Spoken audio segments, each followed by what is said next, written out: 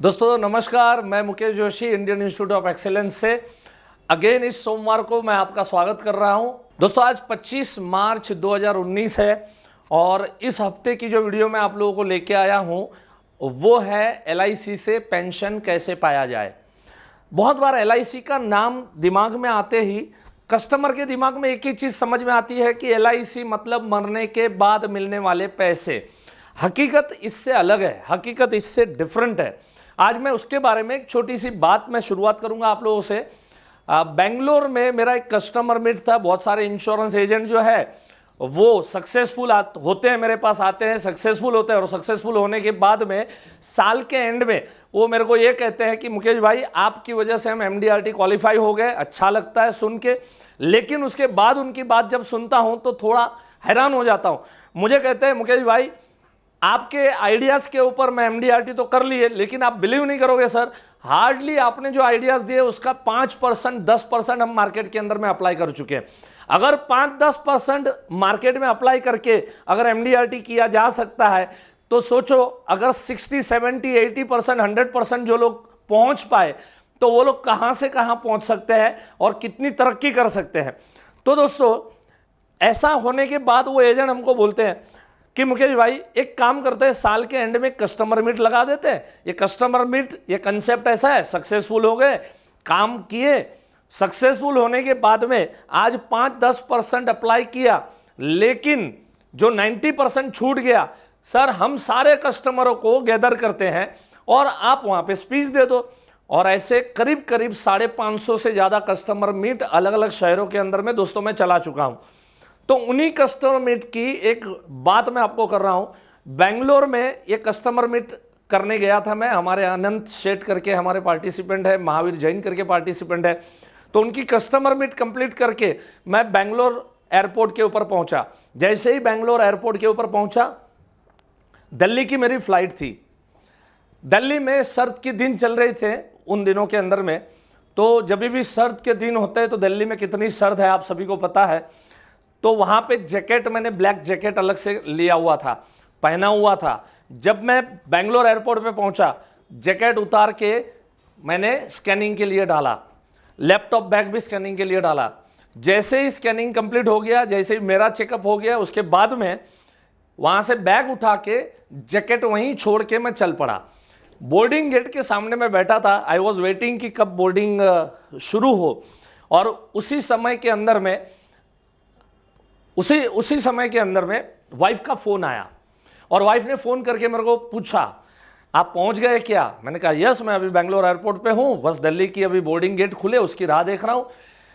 Wife ने मेरे को कहा कि मैं टीवी देख रही हूं और देखिए दिल्ली में 3 और 4 का टेम्परेचर चल रहा है, तो वो जो जैकेट लिया है ना वो बाहर निकाल के रखना, वो बैग के अंदर में मत डालना। अचानक से ध्यान में आया, अरे मैं जैकेट तो लेना ही भूल गया। मैं पहुंचा वापिस सिक्योरिटी के पास। वहां जाके मैंने देखा भैया इधर जैकेट था ब्लैक कलर का। सर एक्चुअली वो जैकेट हमने आगे भेज दिया है, अभी वहां पर हमारे बड़े साहब है, आप वहां पर जाइए और उनके पास से जैकेट लीजिए। 4 काउंटर छोड़ के उनके बड़े साहब वहां पे बैठे हुए थे। मैंने जाके उनको कहा, ब्लैक जैकेट वहीं पर ही पड़ा हुआ था। मैंने कहा सर ये जैकेट मेरा है। तो बोले अच्छा कोई बात नहीं है, लीजिए इसमें साइन कीजिए। अच्छा हुआ आप जल्दी आए, 5 मिनट देरी से आते तो ये जैकेट और ऊपर पहुंच जाता। ठीक है सर, मैं साइन कर रहा था। मुझे देख के वो हरियाणवी आदमी था, वो सिक्योरिटी वाले, वो मेरे को देख के बोल रहे हैं आप दिल्ली से हैं। हमने कहा सर आपको कैसे पता चला। बोले ये दिल्ली वाले ऐसे जैकेट पहनते क्योंकि वहाँ पे सर्द ज़्यादा है, वरना यहाँ बेंगलोर वाले थोड़ी ऐसे जैकेट पहनते, इतनी सर्द यहाँ पर तो नहीं होती। मैंने कहा सर आप बड़े इंटेलिजेंट है, बड़ा अच्छे से जज कर लेते। बोले बरसों से यही काम कर रहे हैं तो जज कर लेते। फिर उन्होंने पूछा आप कहाँ से बिलोंग करते हो, आप दिल्ली से हो। हमने कहा ना सर हम मुंबई से हैं। थोड़ा हैरान होकर मेरी तरफ देख के बोल रहा है आए हो बेंगलोर में, रहते हो मुंबई में, जा रहे हो दिल्ली में, करते क्या हो। तो हमने कहा सर हम इंश्योरेंस एजेंटों को ट्रेनिंग देते हैं, LIC एजेंटों को ट्रेनिंग देते हैं। LIC ऐसे करके उसका मुंह चढ़ गया, LIC। हमने कहा क्यों सर क्या प्रॉब्लम है। बोला हम तो कोई ना कराते। ए पांडे तू कराया क्या, ओए तिवारी तू कराया क्या। देखो किसी ने ना कराया, हमने भी ना कराए। हमने कहा क्यों सर क्यों नहीं कराते आप। LIC का है कराना, हाँ, हम मर जाए और लुगाई को पैसे मिले, ऐसा काम कोई थोड़ी ना करता। देखिए बहुत सारे लोगों के अंदर में ये दिमाग के अंदर है कि हम LIC क्यों कराएं, हाँ, हम मर जाए और बीवी को पैसे मिले, बस ये चीज को लेके बहुत सारे लोग अटके हुए हैं। तुरंत मैंने वहां पर उनको बताया, मैंने कहा भाई साहब मुझे एक बात बताइए, आपको पेंशन मिलती? अरे कहाँ मिलती पेंशन, गवर्नमेंट ने तो बंद कर रखी है। अच्छा गवर्नमेंट ने बंद कर रखी, लेकिन पेंशन की जरूरत है? बोले पेंशन की जरूरत तो जरूर है। तो LIC का 2 डिवीजन होता है, एक होता है कि लाइफ इंश्योरेंस, मरने के बाद में पैसे मिलते हैं, और दूसरा डिवीजन जो है वो पेंशन देता है। अच्छा LIC पेंशन देती है? जी LIC पेंशन देती है, और गवर्नमेंट से तो काफी तरह अच्छे तरह देती है। बोले कैसे? 5 मिनट है आपके पास? वो सामने से मेरे को पूछ रहा है। मैंने कहा है 5 मिनट, चलो समझाते आपको। एक पेपर लिया, पेन लिया, मैंने उनको समझाना कोशिश किया। मैंने कहा देखिए जी, गवर्नमेंट पेंशन देती है, लेकिन गवर्नमेंट पेंशन कैसे देती है?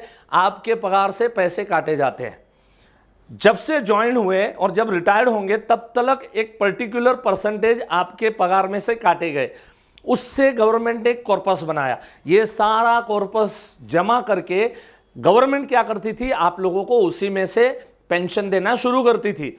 चलो आपकी आयु 80-90 साल की है तो बहुत अच्छी बात है, आप 60 से लेके 80-90 तक आप पेंशन पाओगे। लेकिन आपकी आयु अगर भगवान ना करे 60 की जगह 65 की हो गई, 60-65 के बीच में हो गई, 5 साल आपको पेंशन मिलेगी। 5 साल के बाद का क्या होगा? आप नहीं रहे तो आपकी बीवी को पेंशन मिलेगी, लेकिन आपकी बीवी को कितनी पेंशन मिलेगी? 50% पेंशन मिलेगी। इसका मतलब क्या हो गया? आपका कॉर्पस इतना बड़ा कॉर्पस था, इसमें से आपने सिर्फ 5 साल फायदा लिया, उसके बाद आधा फायदा आपकी बीवी ने लिया, शायद आपकी बीवी भी 3 साल के बाद में उसको भी कुछ हो गया, तो फिर वो पूरा का पूरा कॉर्पस जो है वो खत्म हो गया। जबकि LIC में पेंशन है, ये क्या करता है? आप जो इनकम कमाते हैं उसका एक सर्टेन अमाउंट अगर आप फिक्स कर दे, 10%, 15% आपके साल की जो आय है उसका 10-15%, 20% अगर आपने इन्वेस्ट कर दिया, और वो पैसे का जो कॉर्पस बनेगा उस कॉर्पस के ऊपर में LIC पेंशन देती। और ये पेंशन सुविधा जब तक आप रहोगे तब तक आपको मिलेगी, आपके जाने के बाद आपकी वाइफ को मिलेगी, और उनके भी जाने के बाद में जो कॉर्पस जमा है वो हमारे नेक्स्ट जनरेशन को पास ऑन कर दिया जाएगा। तो इस तरह से गवर्नमेंट जो पेंशन देती थी उससे भी अच्छी पेंशन ये LIC की तरफ से मिल रही है। और गवर्नमेंट एम्प्लॉय को ही पेंशन की जरूरत है क्या? नहीं, पेंशन की जरूरत सभी को है, हर एक इंसान को है। छोटा दुकान चलाने वाला है उसको भी पेंशन की जरूरत है, कोई अपना प्रोफेशन चला रहा है उसको भी पेंशन की जरूरत है, प्राइवेट जॉब में कर रहा है उसको भी पेंशन की जरूरत है। तो पेंशन की अच्छी सुविधा LIC के कई सारे प्लान है, जीवन अक्षय से लेकर जीवन शांति, बहुत शानदार प्लान है। आपके नजदीकी एजेंट दोस्तों को बुलाइए, उनसे बिठाइए, चर्चा कीजिए, और डिटेल के अंदर में वो आपसे चर्चा करके बताएंगे आपको। दोस्तों अगले हफ्ते के अंदर में 1 अप्रैल 2019 को मैं एक बहुत सुंदर वीडियो के साथ में आप लोगों के पास पेश होने वाला हूं। हमारे साल की शुरुआत कैसे होनी चाहिए, किस तरह से नए साल की शुरुआत करें। मेरे कई यूट्यूब दर्शक जो यंगस्टर हैं, जो अभी अभी एजेंसी लिए हैं, वो पूछते रहते हैं कि सर हम नए हैं, हमने क्या स्ट्रेटेजी करना चाहिए। तो अगले हफ्ते के अंदर में नए हो या पुराने हो, आपने किस तरह से साल की प्लानिंग बनानी चाहिए उसके ऊपर हम लोग डिटेल में हम लोग चर्चा करेंगे। जैसे मैंने आपको कहा कस्टमर मीट की बात की, कस्टमर मीट के लगभग पैरेलल एक प्रोग्राम हम इंट्रोड्यूस करने जा रहे हैं 21 अप्रैल को। 21 अप्रैल 2019 को षणमुखानंद ऑडिटोरियम के अंदर में करीब 2500-3000 एजेंट उनके कस्टमरों के साथ वहां पर आएंगे, और वहां पे उनके कस्टमरों के मतलब आपके कस्टमरों के बिजनेस को कैसे बढ़ाया जाए, काम किस तरह से किया जाए, उनके बिजनेस के अंदर में वो किस तरह से फ्लरिश हो सकते हैं, किस तरह से अच्छे पैसे कमा सकते हैं, और साथ साथ में उन्होंने कहां पैसे बचाने चाहिए, इसके ऊपर भी टोटल मिला के 5 से 6 स्पीकर है। एक स्पीकर के बारे में बताऊं तो महेश शेट्टी, जो महेश ट्यूटोरियल के बॉस है, और जो भी महाराष्ट्र से बिलोंग करते होंगे वो महेश शेट्टी और महेश ट्यूटोरियल को न जानते हो ऐसा होना असंभव है। तो एक है Mahesh Shetty ji, very down to earth person, अरबों खरबों रुपए का इन्होंने बिजनेस कैसे बनाया, किस तरह से किया, वो आपको शेयर करेंगे। तो दोस्तों हमारे जो दूसरे स्पीकर है तो भावेश भाटिया जी है, वो नेत्रहीन इंसान है, उनको आंखें नहीं है लेकिन विजन बहुत ब्रॉड है, करोड़ों का टर्नओवर कर रहे हैं, वो आपको बताएंगे।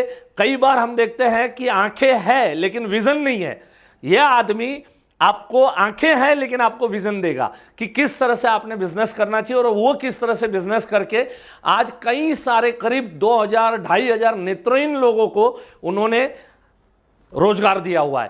तो भावेश भाटिया जी है। तीसरे स्पीकर मुकेश जोशी आपके सामने यहां पर खड़ा है, और चौथे स्पीकर जो है इस कंपनी के इंडियन इंस्टीट्यूट ऑफ एक्सीलेंस के फाउंडर प्रेसिडेंट दीपक जोशी जी है। और उसके बाद एक जय वसावड़ा, अ वेरी पावरफुल नाम, जिसको मैं बोल सकता हूं कि उनके आर्टिकल पढ़ के मैं बड़ा हुआ हूं, मुझे अच्छा लगता है जय वसावड़ा जी को पढ़ना। बहुत अच्छे कॉलम लिखते हैं न्यूज़पेपर के अंदर में, और उनके विचार इतने अच्छे हैं कि किस तरह से आप जीवन जीना चाहिए। तो इस तरह से अलग अलग स्पीकर के साथ में आप लोगों के बीच में हम उपस्थित होंगे। 21 अप्रैल को आप आपके कस्टमरों के साथ में षणमुखानंद ऑडिटोरियम में जरूर आइए, और नीचे जो नंबर दिए गए हैं वहां पे आप रजिस्ट्रेशन करा सकते हैं। और अगले हफ्ते हम लोग मिलते हैं एक नई वीडियो के साथ में। चैनल को सब्सक्राइब जरूर कीजिए और बेल बटन जरूर दबाइए और कमेंट जरूर कीजिए, ताकि और अच्छे से मैं आप लोगों के पास में आपके सब्जेक्ट के साथ में मैं आ सकूं। सो जरूर इसके ऊपर में कमेंट कीजिए। Thank you so much. God bless you all.